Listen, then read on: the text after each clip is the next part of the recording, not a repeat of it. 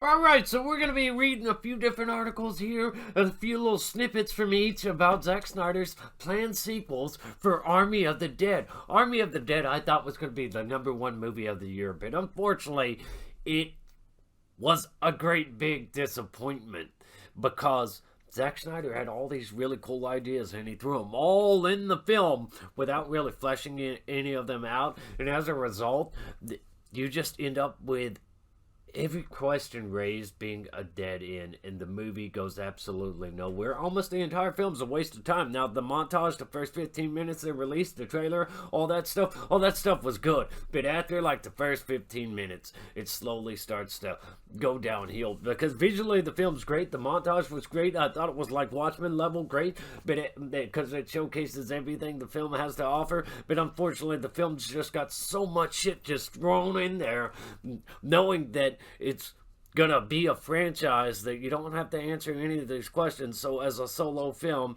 if it just stays a solo film, then it's just a piece of garbage crap. It's like video games and movies all come out broken as fuck these days, and we'll just patch it later as we go along. In the case of films, instead of some patch or a patch update, you get a sequel to explain things that they didn't bother because they wanted a franchise. They wanted to throw every little intriguing thing possible in there to answer at a later time rather than give us a solid all around solo story that could lead to more. They just gave you something that was messy, sloppy, and all over the place. He had full creative control, so nobody to blame on this one if it doesn't work. Now, let's talk about these sequels. And spoiler warning, if you haven't seen the film, get out now because I'm going to be detailing things as we talk about leading into the possibility of sequels and stuff. I will, of course, talk about the prequel and side projects. So we have Army of the Dead, Las Vegas. This will be a direct lead up to the prologue of the movie, revealing the origin of the zombie plague in Area 51, how Zeus became Patient Zero, the zombie Patient Zero, and what brought the Lost Vengeance team together. The movie cast will lend the voices to their roles, joined by Joe Manganiello, Vanessa Hudgens, and Christian Slater as the show's villain. So they're going to do a prequel with Dave Bautista and all them doing voice casting. They're going to introduce these new characters. There's a second prequel in the works that doesn't really make much sense to me, and it's about the Safecracker dude. Thieves, a live-action origin story. This Safecracker story is sort of a romantic comedy heist film, Snyder says. It tells where he was before Scott and Cruz find him. And ironically, you'll learn that that means something, and the vault plays an important role in all of this, so that was really fun to do. You will be surprised.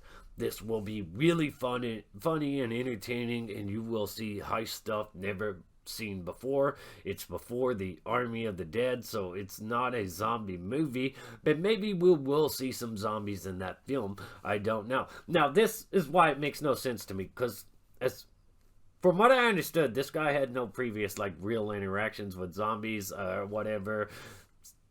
So to do a prequel based around this guy, but there being no zombies in there, it's just set in the Army of the Dead universe, but there's no zombies in there. It's just following one of the characters. It just doesn't really, especially when you consider what was done with the character in the movie, it doesn't really make much sense to give him a prequel. Army of the Dead ends with Vander Hardwick zombifying before our eyes as he leaves Vegas and jets off to Mexico City. Lily, meanwhile, was bitten by Zeus and could become the new queen. If she survived the nuke, that is, maybe it will finally rain. Because they had a moment in the movie where they talked about these skeletons pretty much come to life when it rains, and I was shocked that they didn't do anything with that in the film when they dropped that little thing in there. I thought it would pay off later, but it didn't. There's also that whole side plot about time travel. What was the deal with that? Some zombies are robots? And it would have been cool if he explained it in this film, because he left it open-ended. It's not cool. Zack Snyder has explained that there are a few potential reasons behind the zombie robots. Firstly, they could have been placed there by the government so they can archive close surveillance on the undead.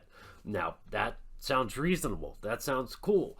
You know what? It would have been cooler if he explained it in the movie. Alternatively, there's the possibility that they serve as technology from another world. Now, I don't know how I feel about that one, but Zack Snyder himself, if you pay close attention, there's a number of zombies that are clearly not zombies. You see normal zombies, and then you see some robot zombies. They are monitors that the government has placed among these zombies to monitor them. Are they technology from another world? What's happening there? I don't know, Zach. Why don't you tell me? Which, of course, we'll explore in the animated series, and I actually will watch the animated series. Maybe the animated series will make the movie seem better if you watch it first, then watch the movie. Maybe they'll go hand in hand together and be pretty awesome. But as of right now, as a standalone, it's not that great, man. I'm sure a lot of you really love this, and that's fine. You can love it all you want, but you do have to admit that the story is incredibly, insanely flawed. So, are you interested in a prequel about the safecracker that may not have any zombies in it at all, that tells you the story of why he's so interested in this particular vault, so invested in it? Maybe there'll be an explanation in there to justify why they stumble across this safecracker so quick and easily that has a particular interest in this particular vault. Are you at all interested in the animated prequel to the Army of the Dead movie that explains why there might be robot zombies within Las Vegas planted there? Or maybe they're alien technology? And none of this stuff sounds like it's going to explain the baby. The sequel will probably follow the dude as the new Alpha, the one that survived the vault somehow, survived the nuke hiding in the vault. How was he able to get out of the vault? Because it would have been barricaded. Everything would have been rubble. Anyways, maybe you're interested in all these future projects. I do think the animated spin-off can make the film better. But let me know your thoughts and opinions. Maybe you love the movie. Maybe you're really interested in a prequel about the safecracker with no zombies for some reason. No judgment. Enjoy it.